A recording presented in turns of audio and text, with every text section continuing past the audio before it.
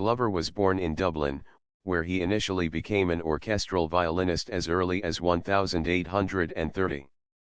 In 1848, he succeeded Haydn Corey as organist of St. Mary's Pro Cathedral, Dublin, and also became professor of music at the Central Model Schools of the Board of National Education. An experienced choral conductor, he established the short-lived Choral Institute of Dublin in 1851.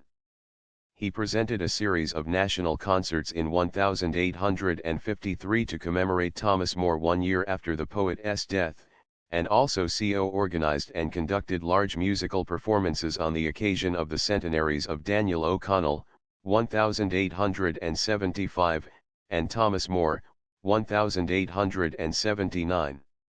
His most ambitious work was the three-act opera The Deserted Village, libretto by Edmund Falconer after Oliver Goldsmith's novel of the same name, performed in Dublin in 1880 and published in London.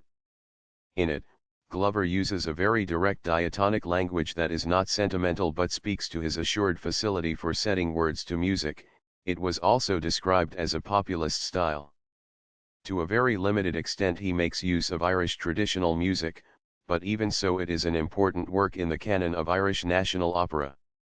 Other large-scale works include the National Oratorio St. Patrick at Tara, 1875, written for the O'Connell Centenary, and the Cantata 100 Years Ago, 1879, for the Moore Centenary. He also wrote a violin concerto, date unknown. Glover was also an expert on Irish traditional music. Among his publications is one of the earliest collective volumes of Thomas Moore's Irish Melodies, to Glover's accompaniments, published by James Duffy, Dublin, 1859, and he collaborated with Patrick Weston Joyce, providing the piano accompaniments to his Ancient Irish Music, Dublin, McGlashan and Gill, 1873.